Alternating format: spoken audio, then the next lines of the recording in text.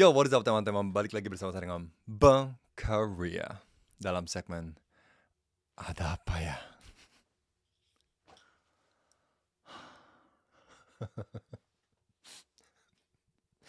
Yang tahu kenapa gue lagi ketawa, silahkan komen di bawah.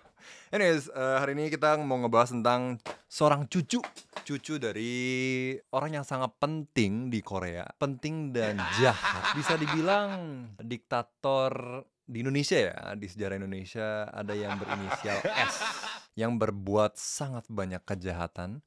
Dan versi Koreanya adalah Chondu-han. Dan cucunya ini nge-expose ini itu tentang kakeknya, tentang bapak. Waduh. Jadi sekarang menjadi sorotan seluruh masyarakat Korea Times. Anyways, cucu dari mantan presiden Chon Doo-hwan yang bernama Chon Woo-won belakangan ini buat Instagram pakai username hope.withjesus karena dia mau expose kejahatan keluarganya. Dia juga bikin YouTube namanya Yesus Kristus. Kayaknya dia sangat Kristiani, Tems. Dari namanya pun harapan dalam Tuhan Yesus. Dan untuk membuktikan bahwa dia benar-benar cucunya Chon Doo-hwan, dia kasih nomor identitasnya dan bukti ngelepasin warisannya sama bukti foto sama Chon Doo-hwan. Sampai bukti surat medis yang menyatakan kalau dia sehat untuk kerja karena dia tahu keluarganya bakal bilang dia punya penyakit mental. Kalau cucunya atau anaknya mulai nge-expose tentang kejahatan, pasti kan dicari celah ya untuk menyatakan bahwa dia nggak sehat. Dia mengatakan hal-hal seperti ini karena dia orangnya lagi sakit misalnya. Makanya dia kasih bukti-bukti tersebut. And Chon Won ini sekarang lagi kerja di New York. Anyways, back to who Chon Won was. Dari Desember 1979 sampai 1980, dia itu pemimpin de facto Korea Selatan, yang artinya dia pemimpin yang sebenarnya, walaupun tidak secara hukum ya. Dan dulu salah satu orang yang terkuat di militer, karena dia dulu General Tems. And Chon Doo-hwan diangkat jadi presiden kelima dari tahun 1980 sampai 88. Dan di tahun 1996, dia kena hukuman mati karena dia berperan di dalam pergerakan demokratisasi Gwangju. Walaupun dia dihukum mati, ujungnya dia dihukum penjara seumur hidup. Beberapa tahun setelah itu, dia diampuni, Dems. Diampuni secara hukum. So, he was let go. Dan dia meninggal pada akhir tahun 2021. By the way, Dems, gue pengen cerita sedikit tentang peristiwa pergerakan demokratisasi Gwangju ini. Setelah Presiden Park Chung-hee dibunuh pada tahun 1979, Jenderal Chon Doo-hwan mengambil kekuasaan dalam negara Korea Selatan. Dan cara dia memimpin Korea Selatan pada waktu itu sangat mengecewakan dan buat marah masyarakat. Sampai diadakan demo agar masyarakat Korea dapat lebih berpartisipasi dalam kegiatan politik. Kenapa peristiwa ini akan selama-lamanya diingat oleh masyarakat Korea Selatan?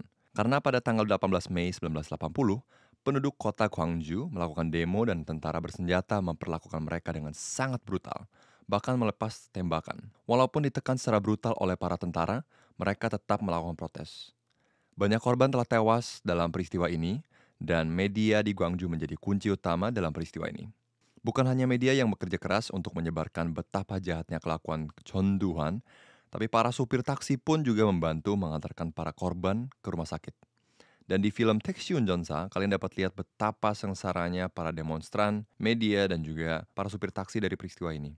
So back to Chon Woo-won, cucunya Chon Doo-hwan. Dia bilang ayahku bikin dokumen palsu untuk nutupin kejahatannya di Korea supaya bisa dapat kewarganegaraan Amerika. Dia bilang dia itu pengkhotbah. Dan dia juga bilang tolong bantu aku supaya dia nggak datang ke Amerika untuk pakai uang gelapnya dan pura-pura jadi baik padahal dia melakukan kejahatan. Aku mohon, aku juga seorang yang berdosa dan aku akan bayar dosaku. And Chon Woo-won juga bilang kalau ayahnya Chon Jae-yong nggak pernah ada di kehidupannya. Udah 10 tahun dengan kondisi masih menikah sama ibunya dia. Dia ngakunya kerja tapi dia selingkuh sama Park Sang-a. Park Sang-a adalah seorang aktris ya. Dulu Won diundang ke Amerika buat main, nginepnya di rumah yang dipakai buat selingkuh bapaknya si Jae-yong sama Sang-a.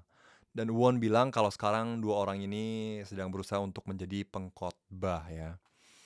Aku percaya kalau kakek aku adalah seorang pembunuh, dia bukan pahlawan yang melindungi negara, tapi dia kriminal. Ayahku dan ibu tiriku pakai uang gelap yang aku sendiri nggak tahu itu dari mana untuk kehidupan sehari-hari. Omnya, Chon Jae-man, itu sekarang punya tempat kilang anggur atau winery di Napa Valley.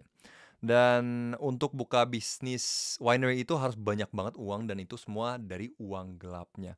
Tadi gue sempet cek di Google berapa sih harganya untuk membuka saja ya.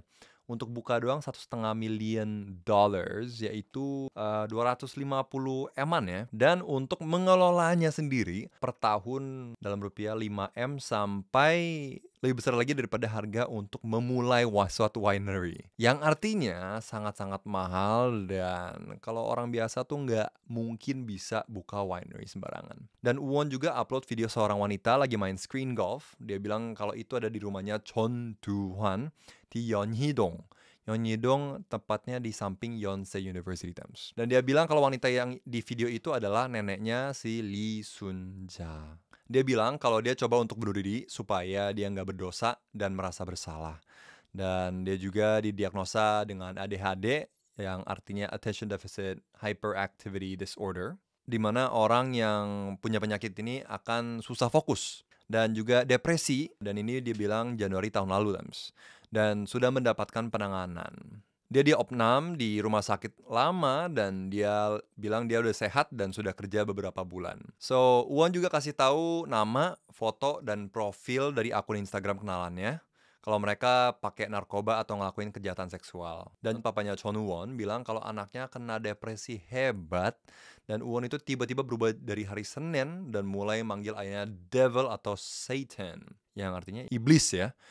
Dan bapaknya si Jae-young minta maaf ke semua kenalannya yang disebut di Instagram dan juga minta maaf kepada media bahwa ini adalah kesalahan diri sendiri, tidak kasih banyak perhatian kepada anaknya sendiri. So, that is what's going on in Korea right now. Lagi heboh banget. I'm gonna keep on updating about this, Thames. Dan kita akan lanjut ke berita selanjutnya. Sampai jumpa lagi dalam segmen Ada Apa Ya? Apa kata dunia?